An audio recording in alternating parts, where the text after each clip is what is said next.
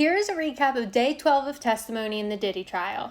Cassie's friend and former stylist to Cassie and Diddy, Deontay Nash, returned to the stand on Thursday. He talked about how he tried to set Cassie up with actor Michael B. Jordan while she was filming a movie in South Africa. This is when her and Diddy were broken up. He said ultimately they broke up because Cassie found out that Diddy was photographed and out at events with a woman named Gina, who has come up a few times in testimony. She is an ex-girlfriend of Diddy's. Deontay Nash says after finding out that Cassie was talking to Michael B. Jordan, Diddy kept contacting him and Cassie. He said that ultimately Cassie's biggest concern was how Diddy's actions reflected and impacted her career. Next to take the stand was another one of Diddy's former assistants and a victim of his. She is going by the pseudonym Mia because she wanted to testify under anonymity.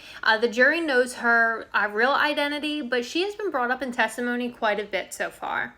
Aside from being a former assistant to Diddy, she's also a close friend of Cassie and is still a friend of Cassie's to this day. She started out her testimony talking about the chaotic and toxic work environment that Diddy put forth. She said that even one time she was forced to work up to 5 days straight with no sleep, and she took extended Adderall to keep her going during that time. It was only when she started crying because she was so tired that Diddy let her go home. She also talked about the abuse that she endured from Diddy. She said that he would throw things at her. He has thrown her into a wall, thrown her into a pool, thrown an ice bucket at her head, thrown a computer at her, that he was very violent towards her, and in addition, he sexually assaulted her multiple times. During her testimony, the jury was shown a list that she had written back in 2011 after Diddy had made a threat saying, "What does she do all day?" Among the list, the things were to protect him at all costs. She said to anticipate his every whim, need, and mood, as well as to be within his eyesight at all times while on duty. She said that she was not allowed to leave his house without permission, and her tasks varied from cracking his knuckles to writing a movie for him to doing his taxes, among many other things.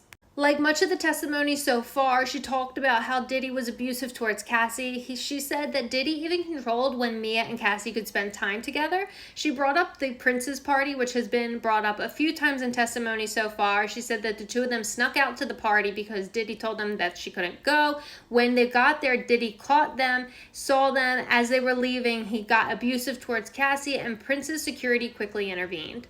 She then talked about a trip to Turks and Caicos in 2012 where Cassie had come running into her room screaming, "Help me, he's going to kill me." They pushed furniture up against the door to lock him out. Then they snuck out the back and ran to the beach to hide. There was another time where they took paddle boats from the beach and paddled out to sea so that Diddy could not get them. She then brought up the freak-offs without calling them freak-offs. She said that she was often tasked with cleaning up hotel rooms after Diddy and Cassie were done with them. She said she would clean up baby oil, candle wax, and sometimes even blood. She said that she was in the car with Cassie one time and Cassie became visibly upset. She asked Cassie what was wrong, and Cassie had told her that Diddy wanted to do a hotel night, which she became so visibly upset about and started to have stomach problems about.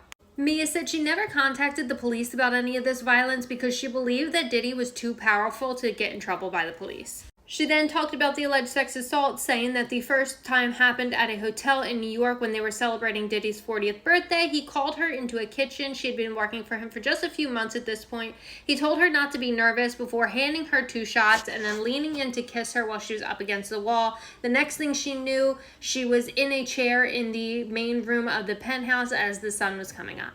She then testified about another incident in 2009-2010 where she was asleep in Diddy's Los Angeles home, and then Diddy had come in and climbed on top of her and then assaulted her. She talked about a third incident as well when she was on the floor of his closet packing his bag and he came in and assaulted her. She said that she never reported any of this to police because it was the most shameful thing of her life. This was also before social media and the Me Too movement, so it wasn't as understanding for victims to come forward as it is today. She's expected to return to the stand on Friday. The prosecution is still doing a direct examination, and then the defense will have to do a cross-examination. She is expected to finish up by the end of the day tomorrow before the weekend.